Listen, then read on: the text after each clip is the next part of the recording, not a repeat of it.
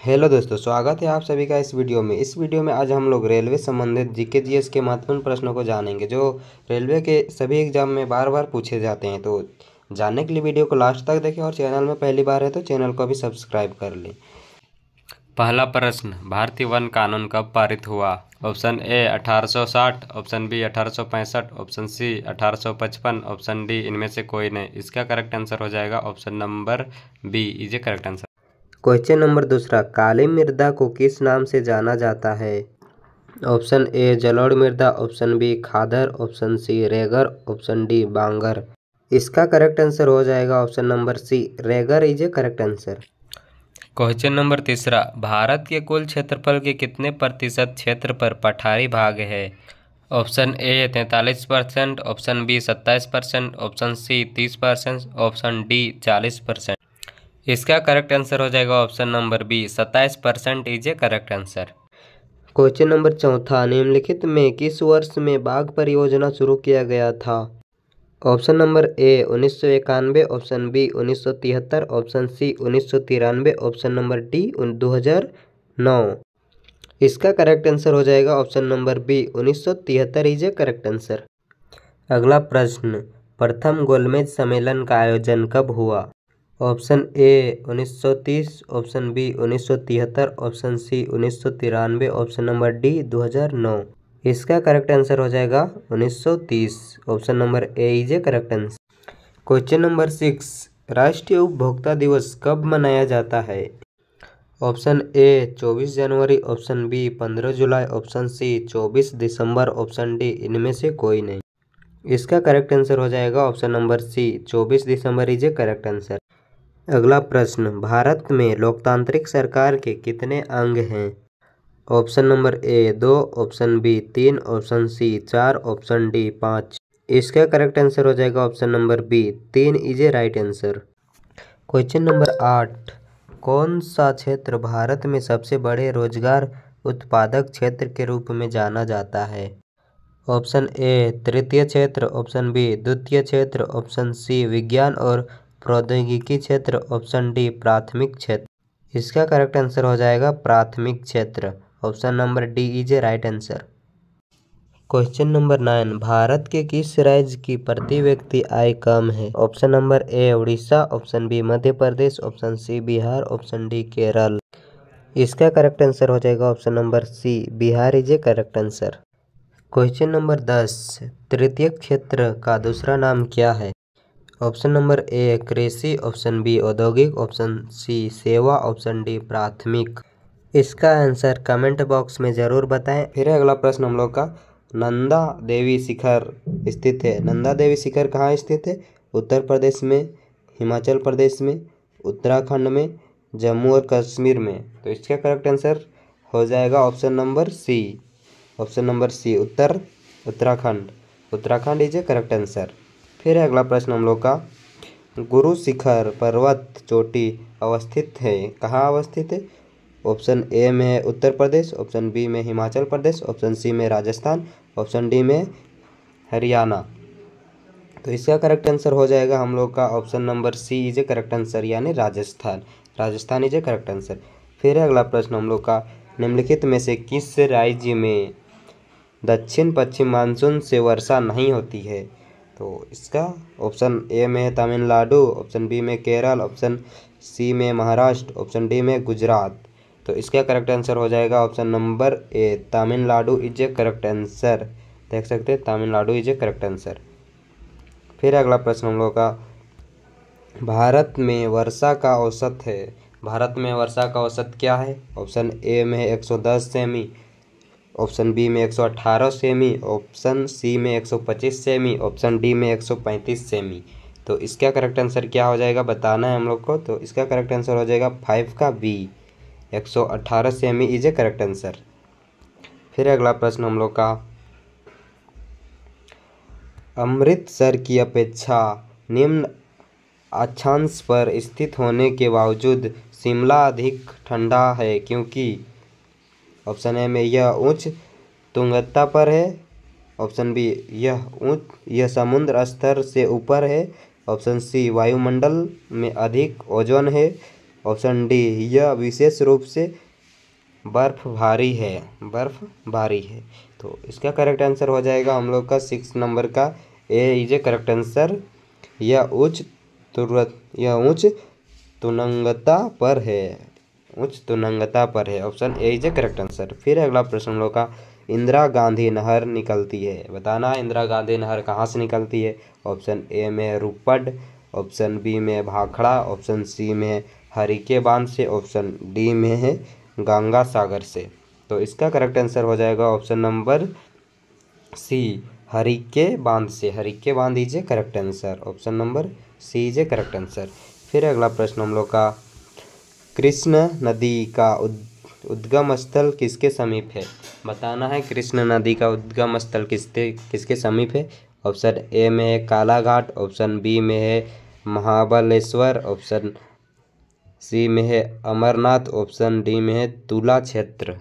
तो इसका correct answer हो जाएगा हम लोग का option number B is a correct answer, यानी Mahabaleshwar is a correct answer. फिर अगला प्रश्न हम लोग का अगला प्रश्न है तवा किसकी सहायक नदी है, बताना है तवा किसकी सहायक नदी है। ऑप्शन ए में गोदावरी, ऑप्शन बी में कृष्णा, ऑप्शन सी में नर्मदा, ऑप्शन डी में यमुना। तो इसका करेक्ट आंसर हो जाएगा हम लोग का Narmada. Option C is a correct answer.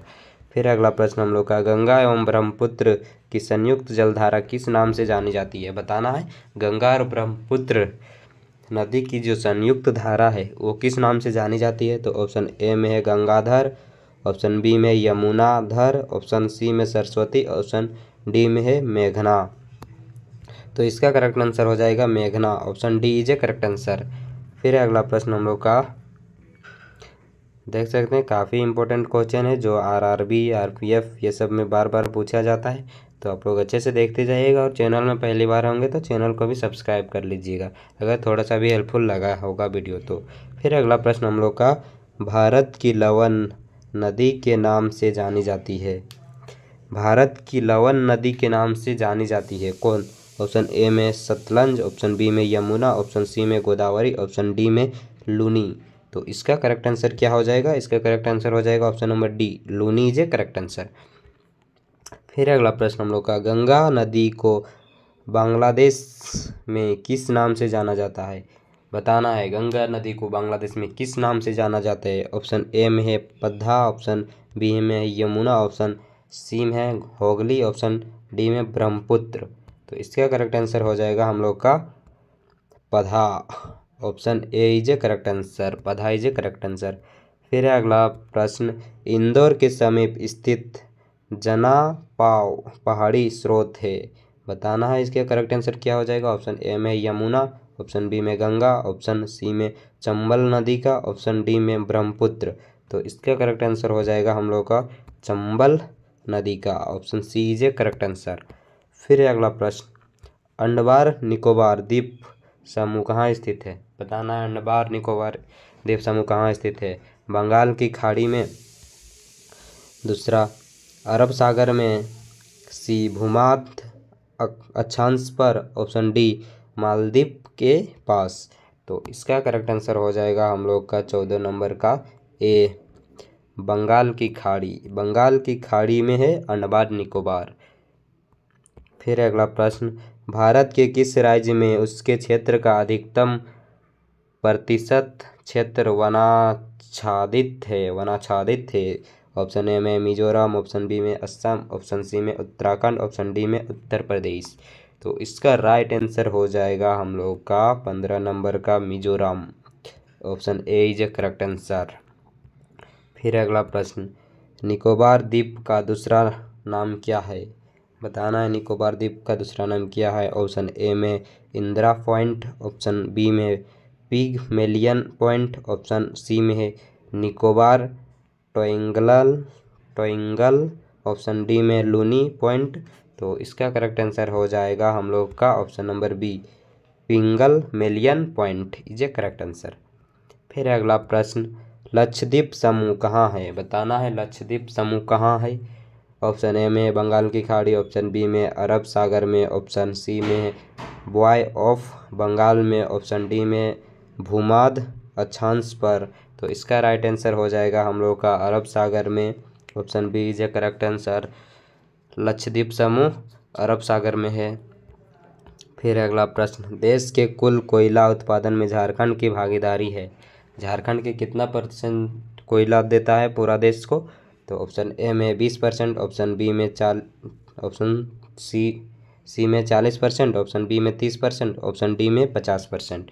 तो इसका राइट आंसर हो जाएगा हम लोग का 40%। Option C is a correct answer है। पूरा देश को झारखंड अकेले 40% कोयला देता है। फिर अगला प्रश्न हम लोग का, निम्नलिखित में से किस खनिज को भारत आत्मनिर्भर नहीं है? ऑप्शन ए में लौह, ऑप्शन बी में सोना, ऑप्शन सी में तांबा, ऑप्शन डी में स्वर्ण। तो इसका करेक्ट आंसर हो जाएगा हम लोग का ऑप्शन नंबर सी, तांबा इज ए करेक्ट आंसर। फिर अगला प्रश्न, झारखंड में कोयला की खानें स्थित है। झरिया में, रांची में, हजारीबाग में, धनबाद में। तो इसका करेक्ट आंसर हो जाएगा झरिया में। Option A is a correct answer. Jharia में कोयला की खानें स्थित है झारखंड में। फिर अगला प्रश्न हम लोग का, निम्न में से कौन सा स्थान कॉपर खनन से संबंधित है? ऑप्शन ए में है खेतड़ी, ऑप्शन बी में सोमनाथ, ऑप्शन सी में कुतुब मीनार, ऑप्शन डी में रानी का वाव। तो इसका करेक्ट आंसर हो जाएगा Khetri. Option A is a correct answer. फिर अगला प्रश्न, केंद्र सरकार द्वारा नई वन नीति की घोषणा किस वर्ष की गई? ऑप्शन ए में 1972 में, ऑप्शन बी में है 1988, ऑप्शन सी में 1995, ऑप्शन डी में 2005। तो इसका करेक्ट आंसर हो जाएगा 1988। Option B is a correct answer. फिर अगला प्रश्न हम लोग का, भारतीय वन सर्वेक्षण विभाग की स्थापना कब की गई थी? बताना है कब की गई थी। तो ऑप्शन ए में 1961, ऑप्शन बी में 1971, ऑप्शन सी में 1981, ऑप्शन डी में 1991। तो इसका करेक्ट आंसर हो जाएगा 1981। Option C is a correct answer. फिर अगला प्रश्न, अरावली का उच्चतम शिखर है। अरावली का उच्चतम शिखर क्या है? ऑप्शन ए में है गुरु शिखर, ऑप्शन बी में माउंट अबू, ऑप्शन सी में अंबाजी, ऑप्शन डी में गिरनार। तो इसका करेक्ट आंसर हो जाएगा Guru Shikhar. Option A is a correct answer. Aravalli का उच्चतम शिखर है गुरु शिखर। फिर अगला प्रश्न, अवस्थित पर्वत शिखर नहीं है। बताना है अवस्थित पर्वत शिखर कौन नहीं है। तो ऑप्शन ए में गोसाईथान, ऑप्शन बी में है धूपगढ़, ऑप्शन सी में है अरवलगनान, ऑप्शन डी में है उड़ैनपुर। तो इसका करेक्ट आंसर हो जाएगा हम लोग का Gosainthan. Option A is a correct answer. आज के लिए इतना ही। अगर वीडियो थोड़ा सा भी हेल्पफुल लगा हो तो चैनल को सब्सक्राइब कर लें इसी तरह का क्वेश्चन पाने के लिए। काफ़ी इम्पोर्टेंट प्रश्न है, अच्छे से देखते जाइएगा सबको। Thanks for watching.